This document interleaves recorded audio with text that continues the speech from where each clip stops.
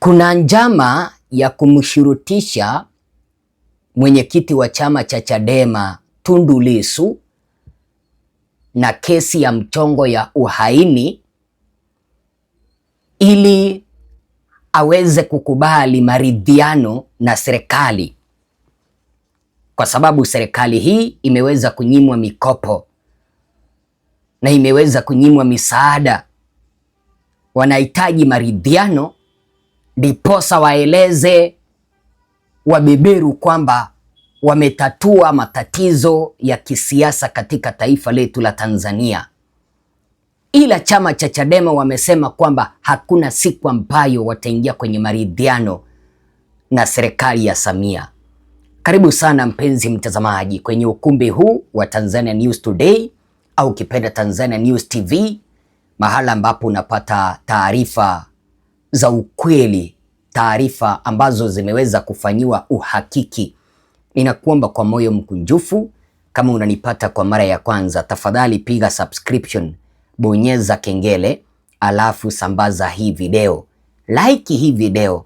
Ukilike hii video, ujumbe unawafikia watu wengi. Karibu tusonge mbele.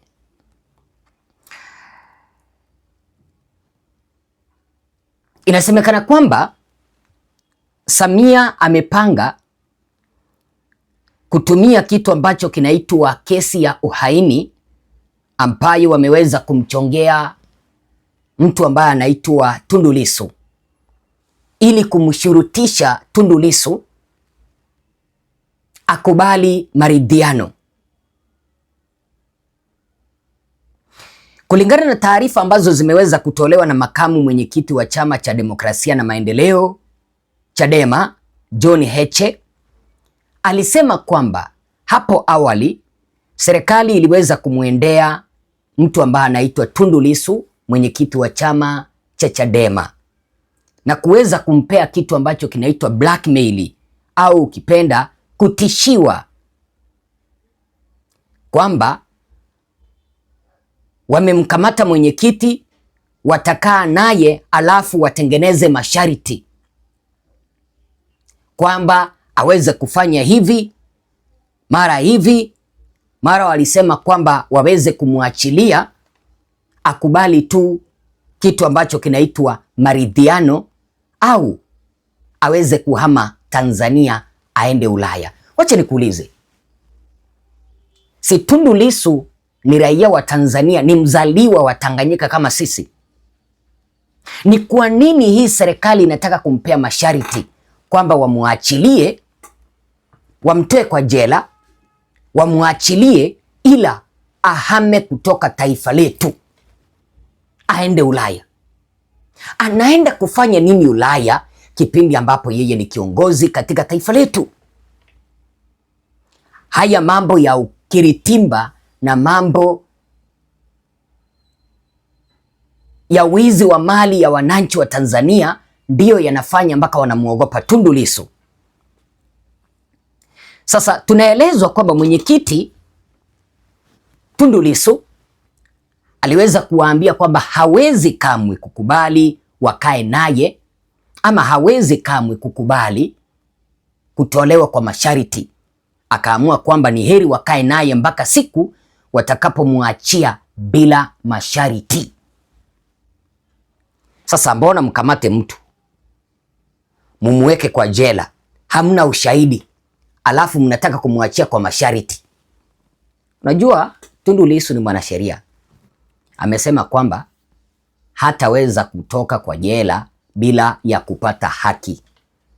Mimi ninaomba Tundu Lissu, siku ambayo atashinda kesi, naomba aweze kufungua kesi kushtaki serikali iweze kumulipa fidia kwa hichi kipindi cha karibia mwaka mmoja ambacho wameweza kumfunga jela.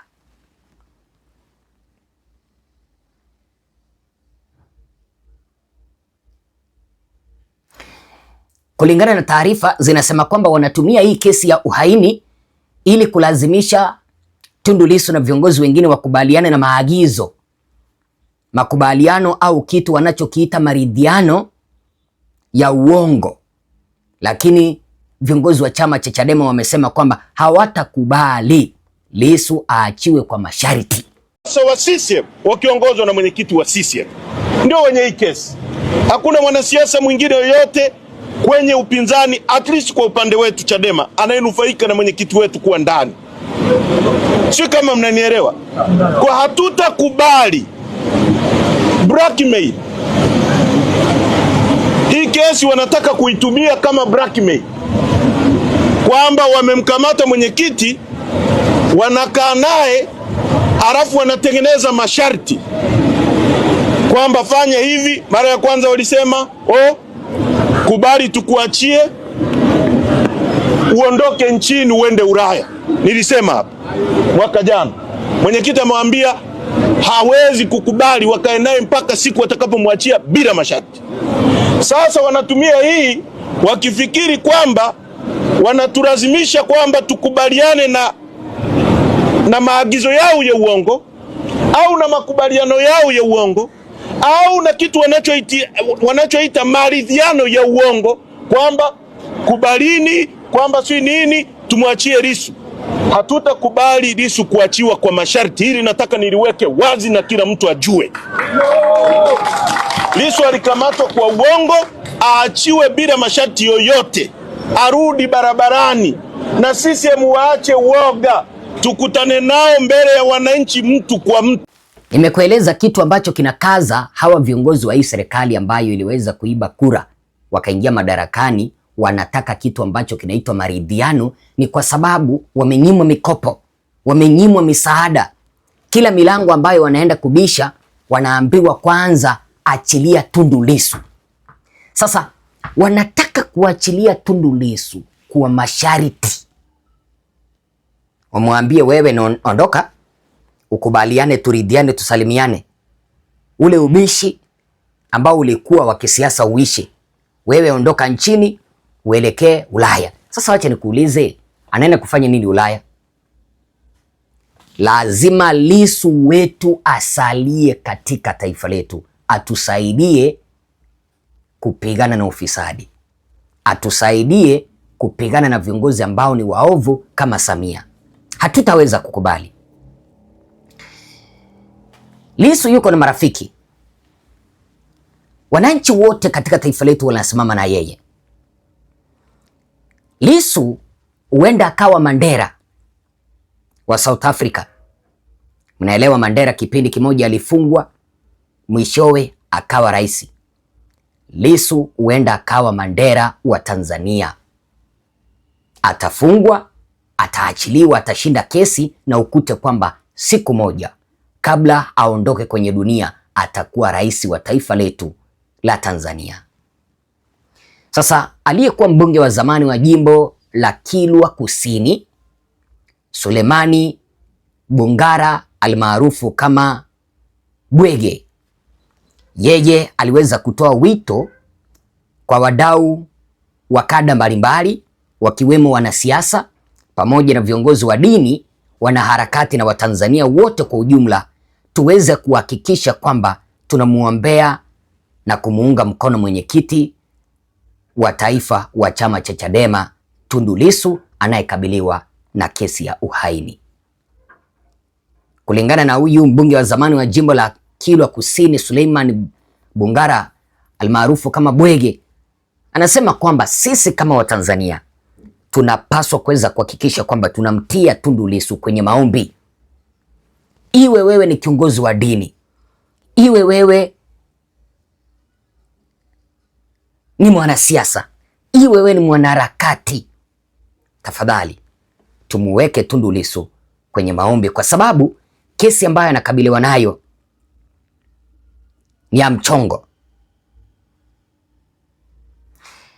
Bwana Bwege amesema kwamba naamini kuwa changamoto anazopitia Tundu Lissu ni sehemu ya mpito, akieleza kwamba mtazamo wake hali hiyo inahusiana na kile anachodai kuwa ni jitihada za kupigana na maslahi ya Tanzania. Bwana Bwege anasema kwamba hii ni njia moja ya Bwana Lissu anapigania taifa letu. Kumbuka kwamba kuna mambo ambayo hii serikali haikuwa inataka kunyoosha, ndio yalifanya mpaka Lissu akawekwa kwa jela. Demokrasia hii, serikali haikuwa inataka demokrasia ya wazi, ya kuandaa uchaguzi wa wazi, na ndio maana kiongozi wa chama cha Chadema alikuwa anataka pawepo na reformu ndiposa tuingie kwenye uchaguzi. Isingalikuwa kwamba anapigania taifa letu, hangekuwa kwa jela sasa hivi. Na ndio maana Bwana Bwege anataka tuweze kushikana mkono, tuweze kuhakikisha kwamba tunamuombea Tundu Lissu.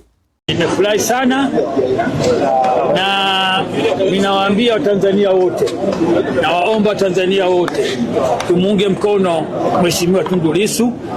Nawaomba dini zote, mashehe wote, mafadhili wote, tumwombe Mwenyezi Mungu Tundu Lissu ashinde kesi na endelee mapambano, aluta continue. Tunaamini kabisa kwamba kesi yake ni kesi ya kufanikiwa, sio kesi ya haki, na nimefurahi leo nimemwona rafiki yangu Tundu Lissu jinsi anavyojitetea. Anaonesha yeye ni mwanga na nuru na neema kwa Tanzania mzima. Ni neema kwa Tanzania mzima. Hatuwezi kamwe kukubali kitu ambacho kinaitwa maridhiano ya uongo ndiposa waendelee kututawala kimabavu, kwa sababu wanaona kwamba wakimwachilia mtu ambaye anaitwa Tundu Lissu watakuwa na wakati mgumu. Wanataka kumwachilia kwa masharti, wamwahamishe kutoka kwa taifa letu. Ikiwa kumwachilia Tundu Lissu ni nia njema, mbona wanampea vitisho kwamba aweze kuhama kutoka kwa taifa letu la Tanzania aelekee Ulaya? Ili nani atutetee? Hatuna kiongozi aliye jasiri kama Tundu Lissu. Ingekuwa viongozi wengine wangekuwa wamekwisha kukubali kuingia kwenye maridhiano na serikali ili waweze kuachiliwa. Lakini wacha nikueleze hivi nikimalizia. Ile siku ambayo kesi ya Tundu Lissu itatangazwa kwamba imeisha na Lissu amepata ushindi, rais wetu Samia atafute nchi yake, kwa sababu ile mikutano ambayo itakuwa katika taifa letu la Tanzania, ile mikutano ambayo itakuwa katika taifa letu, sijui Samia atatorokea wapi. Alimfunga Lissu ndiposa aweze kuiba uchaguzi, akafanya hilo. Alimfunga Lissu ndiposa aweze kuendeleza udikteta wake, anaendelea hilo. Alimfunga Lissu ndiposa asije akafanya mageuzi ya katiba. Lakini wacha nikueleze, ipo siku Samia atalipa yote. Unajua mamlaka hawezi akaishi nayo milele. Ataondoka madarakani, hawezi akaendelea kusalia madarakani. Ataondoka madarakani na itafika kipindi ambapo atajibu